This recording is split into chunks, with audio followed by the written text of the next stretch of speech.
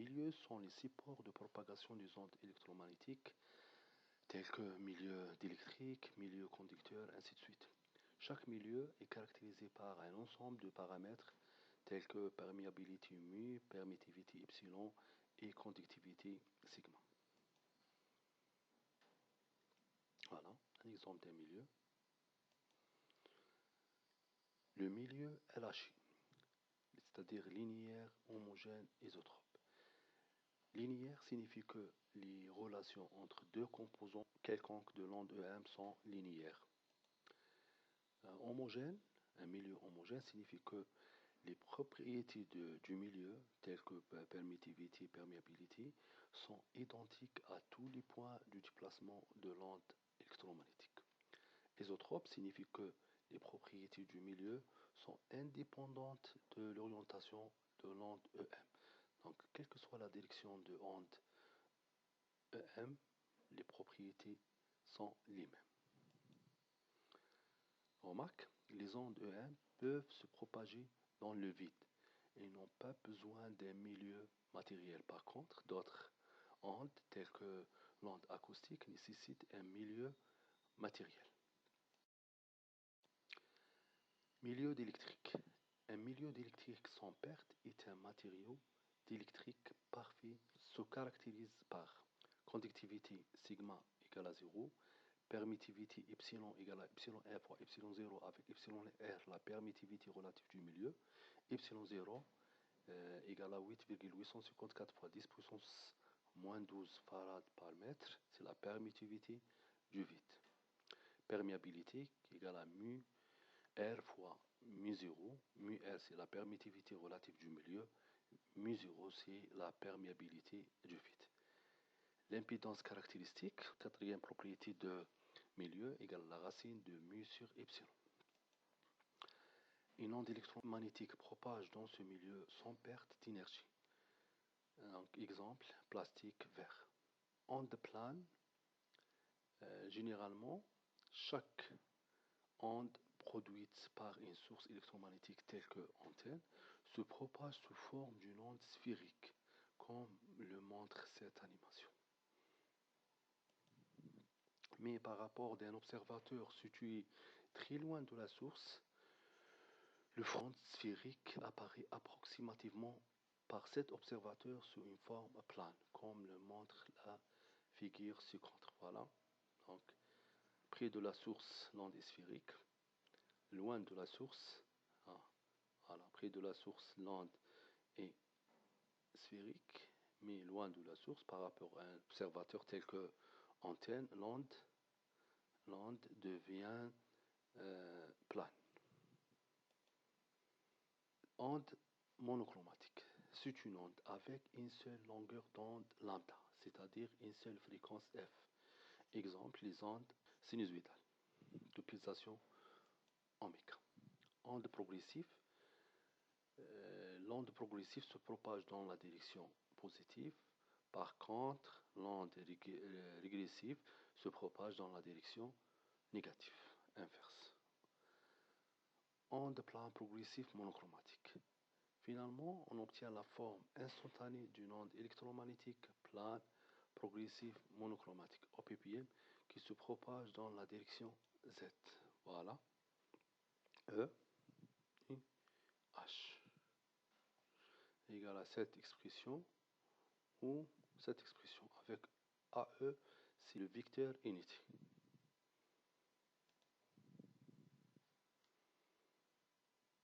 Ou sous sa forme en phaseur. Voilà.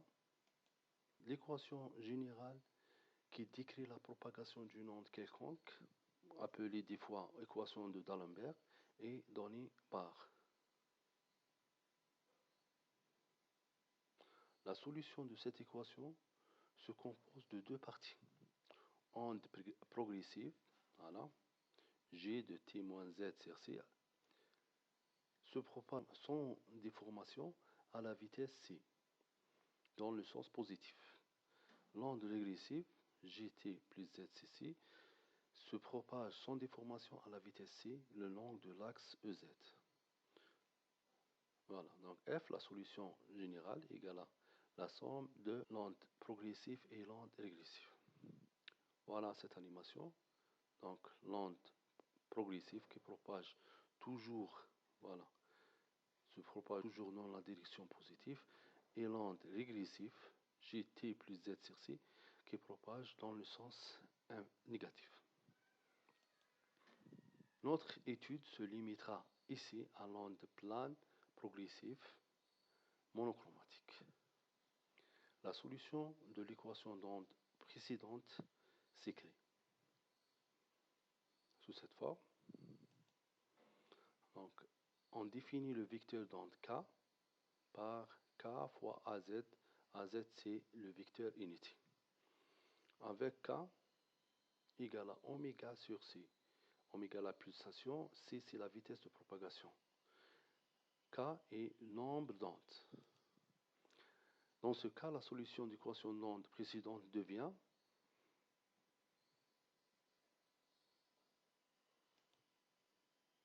soit une onde électromagnétique plane progressive monochromatique au ppm qui se propage dans un milieu d'électrique sans perte, caractérisé par mu, epsilon et sigma égale à 0. Pour simplifier, on considère que cette onde se propage loin de la source, c'est-à-dire sans densité de charge, c'est-à-dire ρ égale à 0. Par conséquent, les équations de Maxwell sont comme suit. Voilà.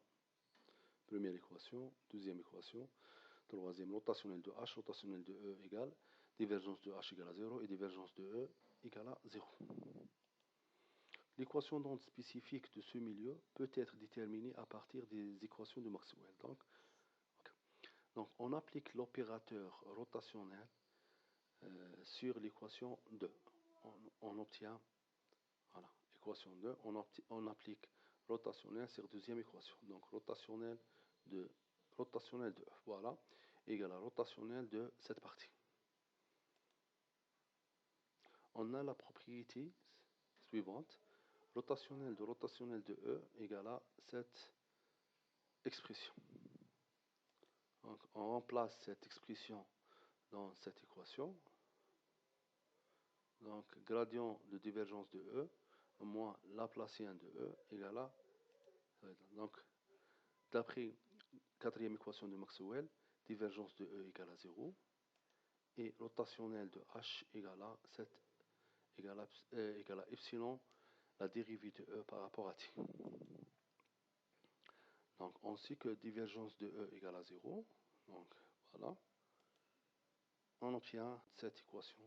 Donc, rotationnel de E moins mu epsilon, la dérivée seconde de E par rapport à t, égale à 0. Voilà l'équation d'onde. Donc, cette équation d'onde est difficile à résoudre. Pour la simplifier, on considère une onde plane qui se trouve dans le plan XY, c'est-à-dire indépendante de XY, et se propage dans la direction Z. Dans ce cas, l'équation devient. Donc, le Laplacien Nabla au carré s'écrit comme suit. Donc, cette onde est indépendante de x, y. Donc, il reste la dérivée seconde par rapport à z. Voilà. On remplace Laplacien de E par... On obtient l'équation d'onde plane progressif monochromatique. De même raisonnement, on utilise les équations de Maxwell N3. On obtient l'équation d'onde du champ magnétique. Voici l'équation d'onde du champ électrique. De même manière, on obtient l'équation d'onde du champ magnétique par identification avec l'équation d'onde générale. Voilà. L'identification entre l'équation du champ électrique ou champ magnétique par l'équation d'onde générale, on obtient 1 sur c au carré. 1 sur c au carré égale à mu epsilon. Implique c égale à 1 sur la racine de mu epsilon. C'est la vitesse de propagation d'une onde électromagnétique dans un milieu d'électrique. La solution de cette équation est donnée par E0 cosinus oméga t moins kz ax. Le champ magnétique correspond et Hz égale à A0 cosinus oméga t moins kz. On peut facilement démontrer que H0 égale à E0 sur eta. Eta, c'est l'impédance caractéristique du milieu. Par cette équation de Maxwell. Voilà la forme de l'onde plane progressif monochromatique qui propage dans un milieu d'électrique.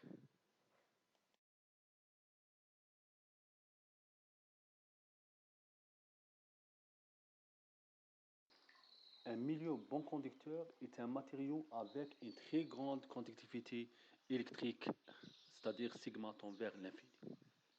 Exemple, les métaux. Dans ce milieu, les équations de Maxwell sont écrites comme suit. De même manière avec le cas du milieu d'électrique, on démontre que l'équation d'onde est donnée par. Voilà. Si on représente l'équation précédente sous forme en phaseur, on obtient.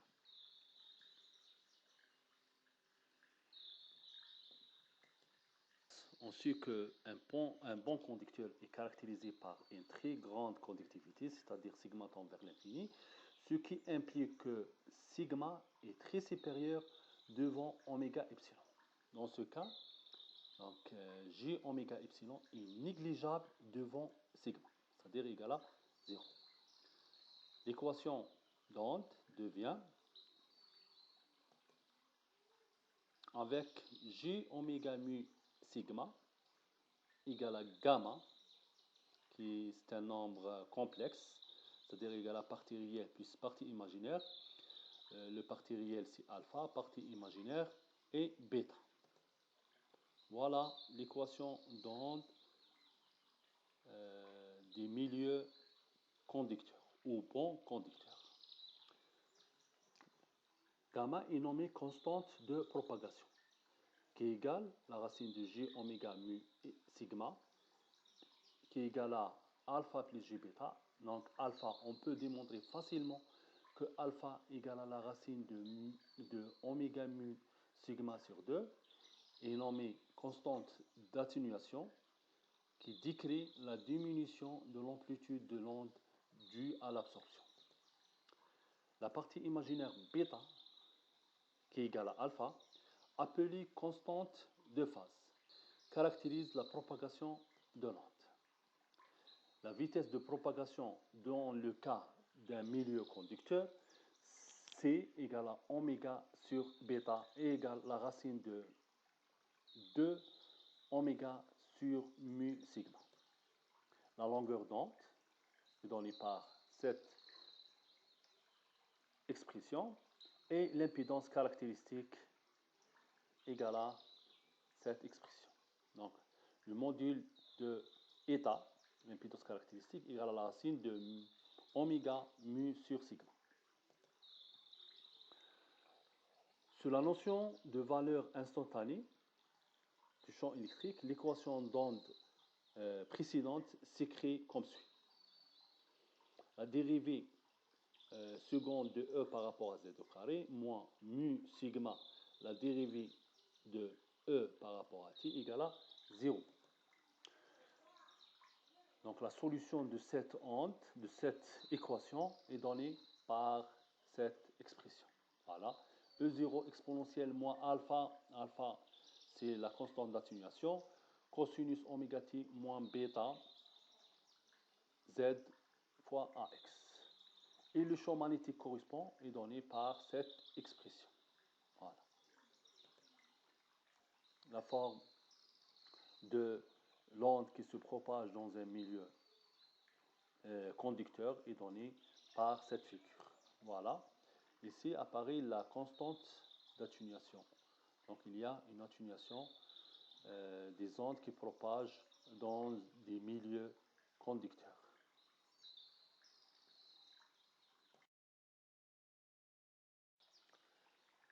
Effet de pont est un phénomène électromagnétique où l'onde se propage uniquement sur une fine surface d'épaisseur delta du milieu conducteur. Voilà l'épaisseur de la zone de propagation de l'onde dans un milieu conducteur. Cette épaisseur de pont est donnée par delta égale à 1 sur alpha égale la racine de 2 sur oméga mu sigma. Épaisseur de pont delta variée avec la fréquence f la conductivité sigma et la perméabilité mu. Exemple, déterminer l'épaisseur de peau du cuivre pour les fréquences suivantes. F1 égale à 10, 100,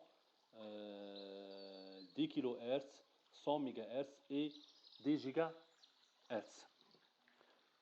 On donne la conductivité sigma égale à 5,8 fois 10 puissance 7 et la perméabilité mi qui égale à mu0 égale à 4pi fois 10 puissance moins 7.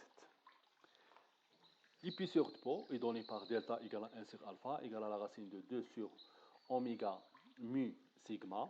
Donc on place les valeurs de oméga et mu et sigma. Oméga égale à 2πf. Donc on obtient l'expression de delta en fonction de f égale à 66,1 sur la racine de f.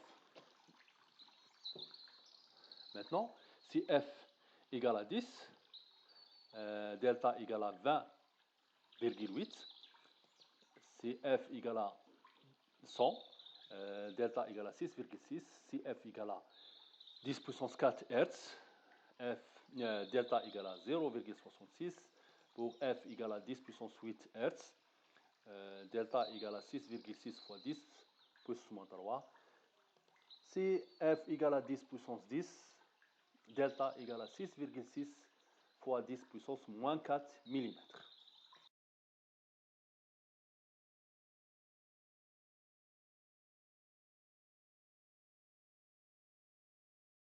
La polarisation d'une onde est définie par la forme de trajectoire décrite par le vecteur du champ électrique E dans l'espace en fonction du temps. Généralement, le champ suit trois trajectoires, c'est-à-dire trois polarisations. La première polarisation, c'est la polarisation rectiligne. La direction du champ électrique E est fixe. Exemple, radio FM, TV terrestre. Voilà. Le champ électrique ne change pas la direction, garde même direction. Voilà le champ électrique. Deuxième polarisation, c'est la polarisation circulaire. La direction du champ électrique E tourne et son amplitude est fixe. Voilà. Donc la direction du champ électrique tourne en fonction du t. Voilà. La dernière polarisation, c'est la polarisation elliptique. La direction du champ électrique E tourne et son amplitude est variable. Voilà. L'amplitude varie. C'est la polarisation elliptique. Donc, polarisation rectiligne ou linéaire, polarisation circulaire et polarisation elliptique.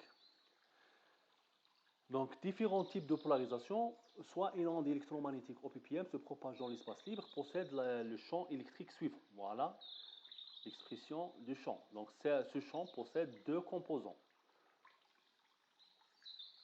EX et EY, avec phi égale à la phase égale à phi2 moins phi1. Phi1, phi2, c'est la phase de deuxième composant, et phi1, c'est la phase de premier composant. Les amplitudes, premier composant E0x, deuxième composant E0y. Donc, selon ces paramètres, on définit la polarisation de l'onde.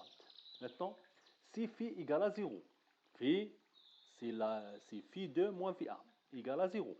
Et quel que soit E0x, E0y. Dans ce cas, la polarisation est rectiligne gauche.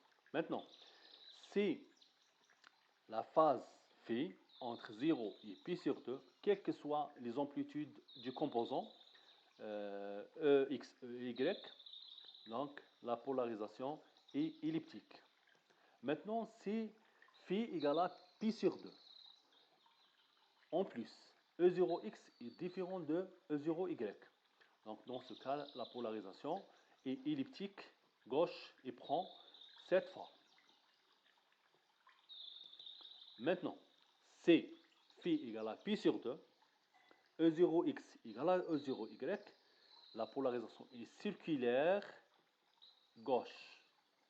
Maintenant, c'est phi entre pi sur 2 et p, quel que soit E0x, E0y, dans ce cas, la polarisation est elliptique gauche sous cette forme. Maintenant, C phi égale à P, quelles que soient les amplitudes E0x, E0y, la polarisation est rectiligne droite. C phi entre P et 3P sur 2, quelles que soient les amplitudes, donc la polarisation est droite, elliptique droite, sous cette forme. Maintenant, c'est phi égale à 3Pi sur 2, E0x différent de E0y. La polarisation est elliptique droite sous cette forme. Maintenant, c'est phi égale à 3Pi sur 2. En plus de ça, E0x égale à E0y, la polarisation est circulaire. Finalement, c'est phi entre 3Pi sur 2 et 2P. Quelles que soient les amplitudes, la polarisation prend cette forme. C'est la forme elliptique droite. Voici un exemple. Donc, on donne les champs électriques des ondes EPPM suivants. Donc, E égale à cette expression. Deuxième champ égale à cette expression. Donc, déduire la polarisation de chaque champ. On commence par le premier champ. On a E0x égale à E0y égale à 1. La phase, on a phi 1 égale à pi sur 4, phi 2 égale à 0, donc phi égale à phi 2 moins phi 1 égale à 0 moins pi sur 4 égale à, donc phi égale à moins pi sur 4. D'après le tableau précédent, E0x égale à E0y et phi égale à pi sur 4, donc la polarisation est elliptique droite.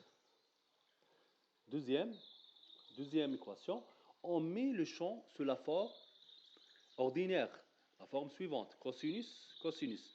Donc, on sait que sinus alpha égale à cosinus alpha moins pi sur 2. Donc, on peut remplacer cosinus oméga t moins kz moins pi sur 2 au lieu de sinus oméga t moins kz.